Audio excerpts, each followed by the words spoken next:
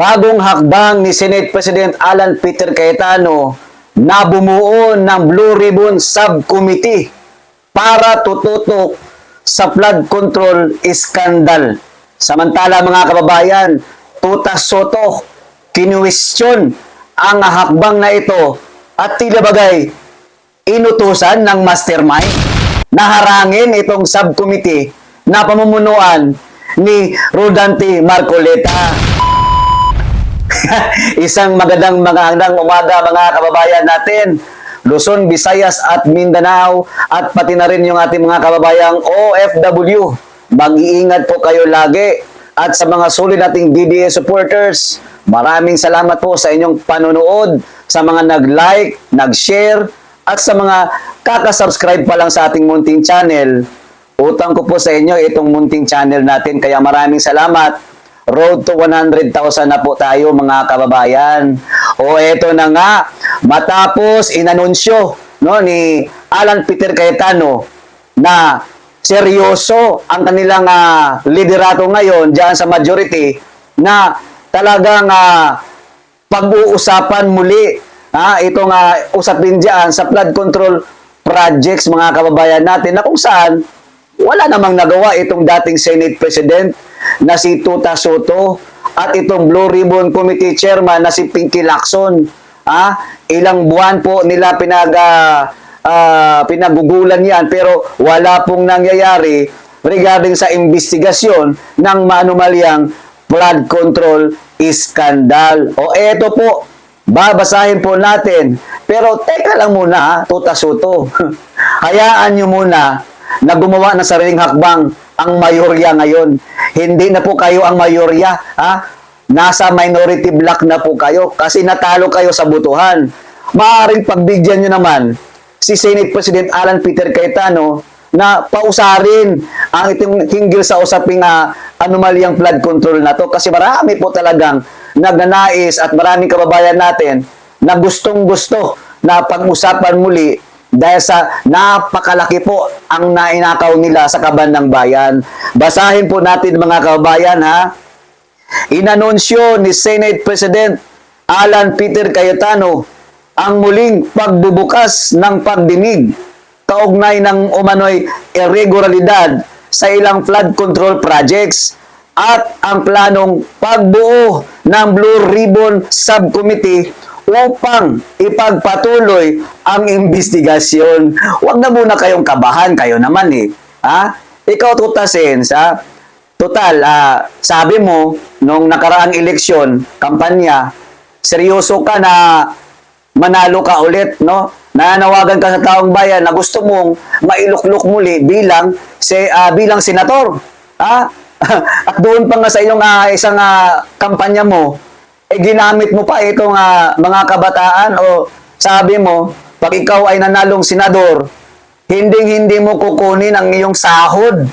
Kumusta na ba? Nangyari ba o talagang mambubudol ka lang?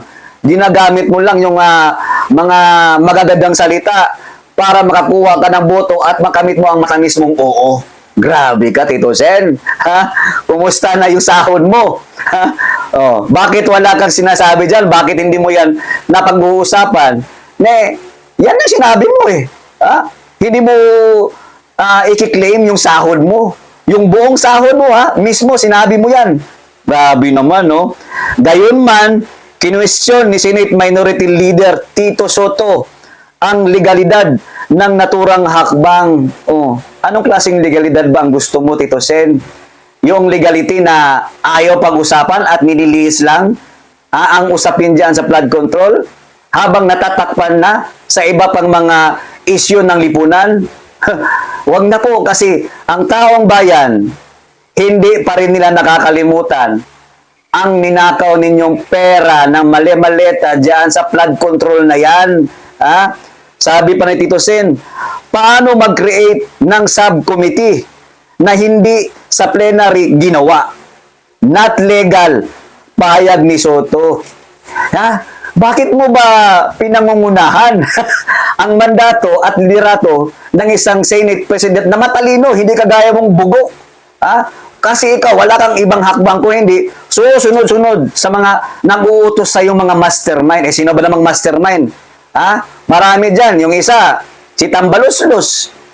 Kahit di mo sabihin, kahit masyadong tahimik yan si Tambaloslos, Martin Romualdez, alam namin, nakikipagkausap ka dyan ng sekreto. Alam namin, kaming mga DDA supporters, taong bayan, alam na yung galawan ninyo, na palihim kayong nag-uusap, na kung saan, mayroong mga inuutos sa'yo, na kayo lang nakakaalam.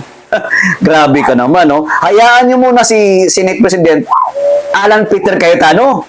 Hindi yung wala pa nga nag-umpisa, negatibo na kayo. Ano ba? Takot ba? Takot ba na baka mapag-usapan at mabuking kung sino talaga ang mastermind dyan sa napakalaking iskandalo na yan, na trilyon, umabot ng trilyon, mga kababayan natin? Pambihira naman kayo, Tito Sen, no? Wala na nga kayo nagawa, no? Ang tagal-tagal mo na sa Senado, namumuti na yung buhok mo habang tumatagal, lalong napapaurong ka.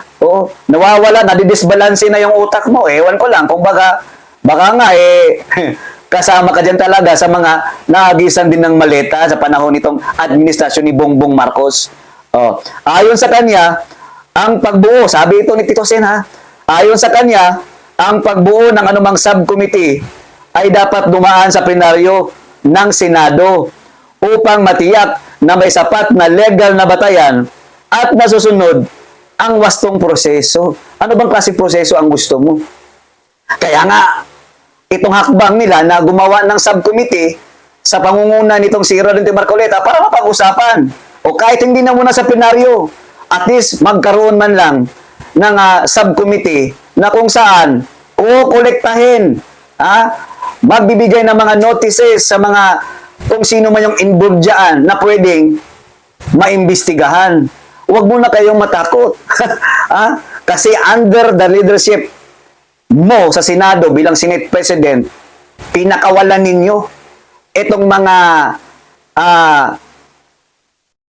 itong mga involved dyan, gaya nilang ni Alcantara, engineer, at itong Yosek ng DPWH. Di ba? Anong gusto mong gagawin? Ako ngayon, kunwari, si Senate President Alan Peter Cayetano. Di ba sabi ni Alan Peter Cayetano, seryoso sila at nagkakaisa ang Brave 13 na talagang tututukan itong issue na talagang pagnanakaw sa kaban ng bayan ng dahil dyan sa flood control anomalies. Huwag na muna kayong huwag na muna kayong mag-interact, no? Ini-interact mo Ang ganda-ganda ng plano. Kung ikaw talaga ay para sa mamayang Pilipino, dahil tumakbo kang senador, nangako ka pa nga, di ba? Kung ikaw ay kaisa sa Pilipino at sa bansa natin na para malutas at mabigyan ng solusyon hinggil dito sa flood control, bakit ka umaalma? Bakit mo haharangin? Yan ba yung utos sa'yo ng mastermind? Kasi kung ganyan ka mag-react, isa lang ibig sabihin, hindi ka para sa taong bayan. Ikaw ay para doon sa mastermind mong buwaya, nakagaya mo din. Sabi dito mga kabayan, tanungin ko nga kayo mga kabayan natin, mga DDA supporters, sang-ayon ba kayo dito o pabor ba kayo na itong ginawang hakbang ngayon ni Senate President Majority Leader Alan Peter Cayetano ay gumawa sila ng hakbang na magkaroon ng Blue Ribbon Subcommittee. Ito'y patungkol na kung saan hindi pa muna dadaan sa plenaryo, ito lang muna tayo, mag-usap-usap tayo, no? Imbestigahan natin yung dapat imbestigahan para makonsolidate at maimbitahan, mabigyan ng mga notices yung mga resource person, yung dapat na talagang involved dyan ay maimbitahan sa subcommittee na yan para smooth ang usapan, hindi na muna sa plenaryo, at least man lang, kabahan na kayo. Kasi wala kang ginawa Naging Senate President ka for a longest time. No? Ilang beses ka na naging Senate President pero wala mang nangyayari sa pamumuno mo. Eto, kaya saludo ako kay Senator Alan Peter Cayetano kasi talagang nag-iisip. No? Yan talaga ang abogado. No? Kasama ni Rodante Marcoleta kung paano tututukan, pag-usapan, himay-himayin, lahat ng involved dyan sa flood control kasi nga ang gulo ng usapin sa flood control noong si Ping Lacson ang naging Blue Ribbon Committee Chair dyan. May mga pagtatakip, may mga pagtatago, may sikreto. Samantalang ikaw pa yung Senate President, nakikig-uusap pa ka pa. Ha? Nakikipag-usap ka pa kay Martin Romualdez. Anong klase? Senate President ka? Oh, dapat wala kang impasya, wala kang kinikilingan dapat. Ha? Pero dahil dyan, sa ginawa mo, talagang nabisto ka na ng taong bayan na ikaw ay hindi ka isa para imbestigahan itong napakalaking iskandalo ever, no? Itong flood control projects anomalous. O mga kababayan, ano ba sa tingin ninyo? Nakaka-excite po ito. Kasi sa June 4 po, araw ng Huwebes, ay muli pong pag-uusapan ito. Masyadong thrilling. Masyadong nakakasabik kasi nawala po ito mga ilang buwan na hindi na po napag-usapan itong flood control issues. Alam naman ng mamayang Pilipino na sangkadamakmak ang daming nawalang pera sa kaban ng bayan sa panahon nitong administrasyon ni Bongbong Marcos. Kaya, huwag na muna kayong matakot. Hayaan ninyo, nagugulong ang investigasyon dyan sa Blue Ribbon Subcommittee sa pangunguna ni Rodante Marcoleta. Huwag muna kayong matakot. Hindi pa naman magbubutuhan yan eh. Baka sabihin nyo mag-walk out na naman kayo at sabihin nyo hindi naman quorum. Talagang sinasadya nyo na yan. Nung una, nakalusot pa kayo. Kahit alam ng sambuong Pilipino, Pilipinas, na ginawa nyo yon para mahinto ang pinag-uusapan at hindi maamyendahan. Yung online voting, yung teleconference, yung Zoom. Kasi ayaw nyo nga. Kita nyo yung Pangulong Bongbong Marcos, kung saan itong minority, doon din siya. Wala kasing utak. Ilang taon nang nakaupo, problema sa bansa pa rin ang pinag-uusapan, walang nalulutas, walang nasusolusyonan. Ganyan kalala ngayon ang administrasyon ni Bongbong Marcos, mga kababayan. Kaya tayo'y nagpapasalamat, at least man lang, nagkaroon ng bagong imahe ang liderato ng Senado, na kung saan dismayado na kasi ang mga kababayan natin sa buong mundo na ito ang nangyayari, na nagkakaroon na ng kaguluhan niya sa Senado. Mas naniniwala pa ako pag ang taong bayan ang nagsasalita na nawawala na ng gana o nawawala na ng intensyon pang makinig o makialam sa Senado at madidismaya ang taong bayan kumpara kay Ngagba. Nasasabihin niyang hindi niya na maintindihan ang sa Senado ngayon. Hindi kagaya dati. But niyo, tambaluslus ka no?